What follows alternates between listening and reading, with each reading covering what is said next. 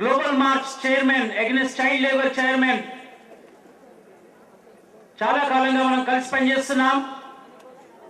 ప్రపంచవ్యాప్తంగా బాల కార్మిక వ్యవస్థ నిర్మూలనకు పనిచేస్తున్న కైలాస్ సత్యార్థి గారిని మాట్లాడాల్సిందిగా కోరుతున్నాను. ఐ రిక్वेस्ट कैलाश सत्यार्थी जी, यहाँ पे आपका भाषण दीजिए.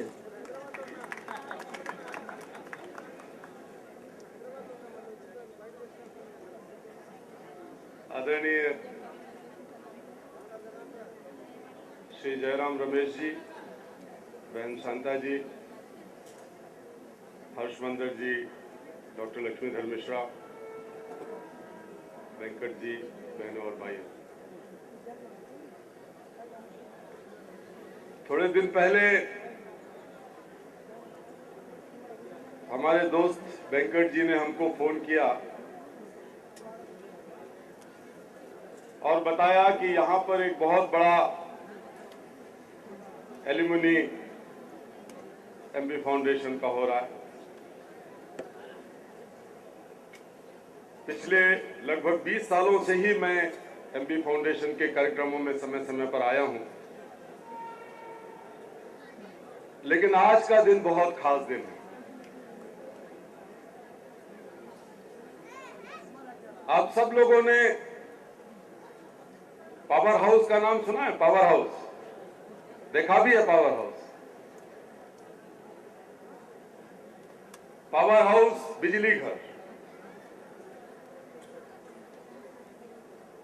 जहां कोयला को बिजली में बदल दिया जाए, काली चीज को लाइट में बदल दिया जाए,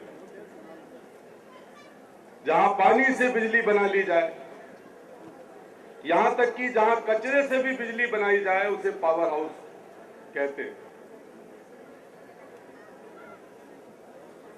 मैं पिछले 30 सालों से बाल मजदूरी के खिलाफ काम कर रहा हूं और 100 से ज्यादा देशों में. लेकिन सच्ची बात यह है शांता जी कि जितना बड़ा पावर हाउस आज मुझे यहां देखने को मिला है, उतना पावर हाउस मैंने कहीं नहीं देखा. आप में से हर एक बिजली के बल्ब की तरह चमक रहा है. आप में से हर एक परिवर्तन का संवाहक है. शुरू में वेंकट ने कहा, हम सल्यूट करते हैं, हम सलाम करते हैं उन तमाम लोगों को, उन नौजवानों को जिन्होंने बंधुआ मजदूरी, बाल मजदूरी के कलंक को लात मारकर पीछे छोड़कर दुनिया के सामने ये साबित कर दिया कि हम आजादी चाहते हैं और आजादी लेके रहेंगे. हम पढ़ाई चाहते हैं और अच्छी से अच्छी पढ़ाई लेके रहेंगे. हम जिंदगी को बदलना चाहते हैं और हम जिंदगी को बदल के रहेंगे. और इसमें बहन शांता, वेंकट जी और दूसरे तमाम साथियों ने जो किया है, उसकी जितनी प्रशंसा की जाए कम है. लेकिन सबसे बड़े हीरो, जैसा शांता जी ने कहा, आप लोग सबसे बड़े हीरो हीरोइन आप लोग हैं. मैं सबसे पहले आपको सलाम करता हूं, सबको सल्यूट करता हूं. मित्रों, आज का दिन ये साबित करने का दिन है. आज ये साबित हो रहा है दुनिया के सामने कि जो लोग कहते हैं कि गरीबी जब तक नहीं मिटेगी बाल मजदूरी नहीं मिटेगी, जो लोग कहते हैं कि गरीबी सबसे बड़ा कारण है बाल मजदूरी का, आप लोग बाल मजदूरी की लड़ाई जीत नहीं सकते जब तक गरीबी खत्म ना हो जाए. आज उनके मुंह पर तमाचा मारने का दिन है जो आज ये कहते हैं कि गरीब के बच्चों के लिए काम करना चाहिए और अमीर के बच्चों के लिए दुनिया खुली पड़ी है. आज उनको समझ में आ जाएगा कि गरीब से गरीब के बच्चे भी फैसला कर सकते हैं कि वो अपने आप को बदलेंगे और देश को बदलेंगे, और आप लोग ये कर रहे हैं.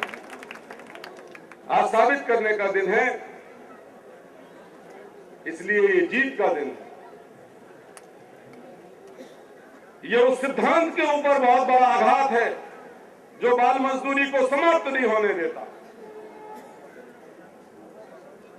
मैं थोड़ी देर पहले नीचे हर्षमंदर जी को बधाई दे रहा था, और शांता जी को तो हम हमेशा कहते हैं कि जो कानून भारत में आज बना हुआ है, मिश्रा जी से भी बात हो रही थी,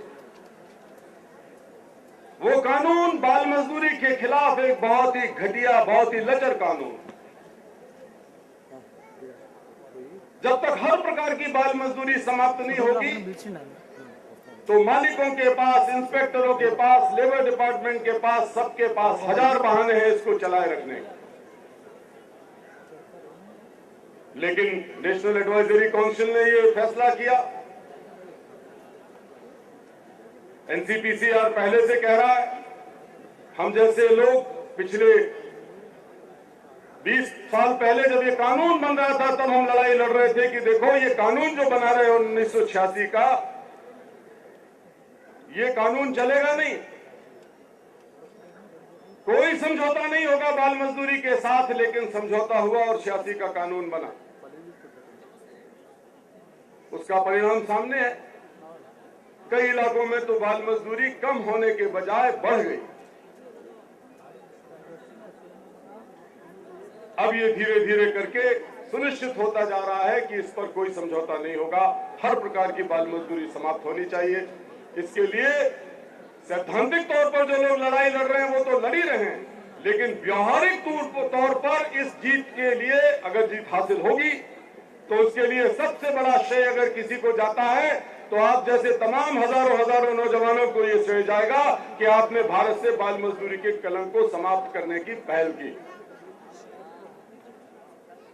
मित्रों, आप सब लोग थोड़ा सा भूखे भी हो रहे हैं, समय भी ज्यादा हो गया है, लेकिन जो जीत आप लोगों ने हासिल की है वो अभी पर्याप्त नहीं है। अभी भी करोड़ों बच्चे भारत में बाल मजदूरी के शिकार हैं। मेरे मित्र प्रोफेसर विठल राव जी आज सुबह एक तेलुगु का अखबार लेके आए थे। आज किसी अखबार में छपा है एक पूरा का पूरा पन्ना, फ्रंट पेज पर यह बताया गया है कि कितनी बुरी हालत अभी भी बाल मजदूरी की है आंध्र प्रदेश के अंदर और हैदराबाद के अंदर, पूरे देश में। अभी भी बच्चे जानवरों से भी कम कीमत पर खरीदे जाते हैं, बेचे जाते हैं, चाइल्ड ट्रैफिकिंग हो रहा है। अभी भी बच्चों को गुलाम बना के रखा जा रहा है। देश की राजधानी दिल्ली के अंदर सरकार के साथ मिलकर, जुडिशरी के साथ मिलकर हम लोगों ने 1000 से ज्यादा बच्चे पिछले साल छुड़ाए जो बंधुआ मजदूरी कर रहे थे, जिनको बहला फुसला के खरीद के दिल्ली लाया गया था देश की राजधानी के अंदर। तो ये चल रहा है, बच्चे फुटबॉल सिल रहे हैं मेरठ के अंदर, जालंधर के अंदर, लेकिन फुटबॉल सिलने वाले अपना ये सपना कभी पूरा नहीं कर पाते कि वो उस फुटबॉल से खेलेंगे। बच्चे ईंट के भट्टों में ईंटें बना रहे हैं लाल लाल, लेकिन उनका सपना पूरा नहीं होता कि वो पक्के मकानों में रहेंगे जिंदगी में कभी। डॉक्टर मिश्रा यहां बैठे हैं, इन्होंने बहुत रिपोर्टें लिखी हैं, हमारे ही केस में रिपोर्ट लिखी है, बचपन बचाओ आंदोलन के केसों, बंधुआ मुक्ति मोर्चा के केसों में। पहले पत्थर की खदानों में बच्चे पत्थर तोड़ रहे हैं, उनके माँ बाप बंधुआ बने हुए पत्थर तोड़ रहे हैं, लेकिन पक्के मकान में वो नहीं रहते हैं। ये हालत आज भी देश के अंदर है। आपके पड़ोस में अभी भी बच्चे पटाखा बना रहे हैं, और कई बार खबरें हमें मिलती हैं कि पटाखा बनाते बनाते फैक्ट्री में आग लग गई या कहीं जरा सा गड़बड़ हो गया तो बच्चों का जिस्म उस तरह फूट के टूट के बिखर जाता है, फट के बिखर जाता है, जिस तरह पटाखे बम बिखरते हैं। ये सारी हमारे सामने चुनौतियां हैं। एक तरफ आपने ये साबित किया है कि जनता का आंदोलन, जनता की भागीदारी, एमपी फाउंडेशन ने गांव-गांव में जाके ये एक मॉडल बनाया है कि जनता की भागीदारी से बदलाव लाया जा सकता है, मानसिकता बदली जा सकती है, और ये एक बहुत बड़ा उदाहरण है। लेकिन इसके साथ साथ जो कानून बने हुए हैं उन कानूनों पर क्रियान्वयन भी जरूरी है। दुर्भाग्य से कानूनों की समझ कई बार हमारे अधिकारियों तक को नहीं होती है। बंधुआ मजदूरी के कानून की समझ बहुत सारे उन अधिकारियों को नहीं होती जो बच्चों के मामले में काम करते हैं। वो कहते हैं कि ये मामला तो बाल मजदूरी का मामला है, बंधुआ मजदूरी की समझ नहीं रखते वो लोग। आंध्र प्रदेश के अंदर ही इस तरह के मामले हमारे सामने आए हैं, और जगह की बात छोड़ दीजिए। जहां इतना सारा काम आप लोग और सब लोग कर रहे हैं। देश भर में ये हालत है और कानून लागू करने के लिए जितनी जिद्दोजहद होनी चाहिए शायद हमारी तरफ से भी नहीं है। सरकार अकेले पे दोष दे के हम चुपचाप नहीं बैठ सकते। अभी हमने संसद में भारत सरकार से पूछवाया था, पिछले अक्टूबर में जवाब आया कि कितने बाल मजदूरों के मामले में चालान हुए पिछले 4-5 सालों के अंदर। तो सरकार के मंत्री ने बताया कि 51,000 चालान हुए हैं। जो 2 साल की सजा का प्रावधान है, सजा एक भी आदमी को नहीं हुई, चालान होकर छूट गए। अगर सरकार मानती है कि लगभग 80-90 लाख या 1 करोड़ लोग बच्चे बाल मजदूरी करते हैं, 1 करोड़, तो 1 करोड़ में 51,000 के ऊपर कार्रवाई होना, वो भी 4-5 साल के अंदर, ये दर्शाता है कि एनफोर्समेंट में हम लोग कितने कमजोर हैं।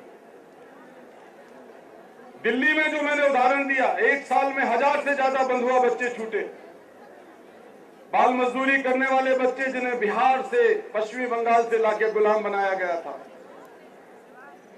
और 3 साल में 3,500 बच्चे छूटे, लगभग ये सरकार ने माना।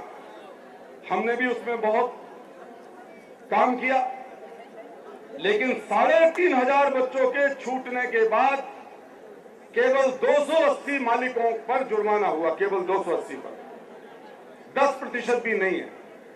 तो एनफोर्समेंट का अगर रेट 5%, 2%, 3% है, तो कानून हम कितना ही अच्छा बना लें। आज हम बाल मजदूरी को नियमन और उन्मूलन कहते हैं, रेगुलेशन और प्रोविजन का एक्ट है, लेकिन अगर हम रेगुलेशन और प्रोविजन से हटा के उसको पूरी तरीके से प्रोहिबिट करें, तो भी उसे लागू कराने की जो राजनीतिक इच्छा शक्ति होनी चाहिए, जो जनता के बीच में जिद्दोजहद होनी चाहिए, जो सामाजिक चेतना होनी चाहिए, जो जनता की भागीदारी होनी चाहिए, उसका अभाव है। शायद इंफ्रास्ट्रक्चर का भी अभाव है, हमारे इंस्पेक्टर्स की ट्रेनिंग नहीं है, हमारी पुलिस की जितनी सेंसिटिविटी, सेंसिटाइजेशन होना चाहिए उतना नहीं है। हम जानते हैं, हम लोग बहुत ट्रैफिकिंग के सवाल पर आंध्र प्रदेश की सरकार के साथ भी काम कर रहे थे, आंध्र प्रदेश की पुलिस के साथ भी। तो आंध्र प्रदेश की पुलिस ने महिलाओं की ट्रैफिकिंग पर जितनी अच्छी पहल की है, वो सचमुच सराहना की बात है। लेकिन जब चाइल्ड ट्रैफिकिंग का सवाल आता है, तो पुलिस और दूसरे विभागों की उतनी ओरिएंटेशन, उतनी समझ, उतनी चेतना जगाने का काम अभी नहीं हो पाया है। तो चाइल्ड ट्रैफिकिंग पर काम कम हुआ। बिहार के बच्चे यहाँ के खेतों में काम कर रहे हैं, बिहार के अलग अलग इलाकों के बच्चे यहाँ के कंस्ट्रक्शन इंडस्ट्री में काम कर रहे हैं। लेकिन जब हम कहते हैं कि ये बॉन्डेड लेबर का मामला है, ये ट्रैफिकिंग का मामला है, तो अधिकारी लोग कहते हैं कि भाई ये तो माइग्रेशन का मामला है। ये माइग्रेशन नहीं है, ये तो छोटे से बच्चे माइग्रेट करके नहीं आ रहे हैं अपने आप, ये ह्यूमन ट्रैफिकिंग का, बच्चों की तस्करी का मामला है, जिसको सरकार को और पुलिस को और हम सबको समझना होगा। तो मैं कह रहा था कि बहुत जरूरी है कि हम एनफोर्समेंट वाली चीज को भी रखें। और आखिरी दूसरी महत्वपूर्ण चीज यह है, एजुकेशन का सवाल अभी उठाया। अच्छी शिक्षा, गुणवत्तापूर्ण शिक्षा, पूरी तरीके से मुफ्त शिक्षा और सबके लिए समान शिक्षा का सिद्धांत केवल कागजों में न भरा पड़ा रहे, ये लागू कैसे हो। अगर अच्छी शिक्षा सबको मिलेगी तो बाल मजदूरी कम होगी, लेकिन अच्छी शिक्षा और शिक्षा मिल ही नहीं सकती जब तक कि बाल मजदूरी की पूरी तरीके से समाप्ति और पूरी तरीके से उन्मूलन न हो जाए। तो ये बात हमको अच्छी तरीके से ध्यान में रखना चाहिए।